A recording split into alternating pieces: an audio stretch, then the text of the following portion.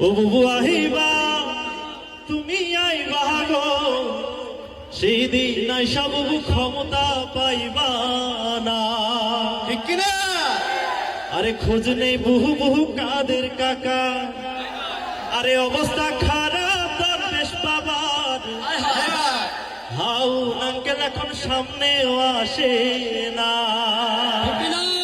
ও বুবু আহিবা তুমি আইবা গো সেই দিন আইসা বুবু ক্ষমতা পাইবা না সেই বুবুর 16 বছরের ইতিহাস আমরা জানতে চাই। ওরে 16 বছর জ্বালাইয়া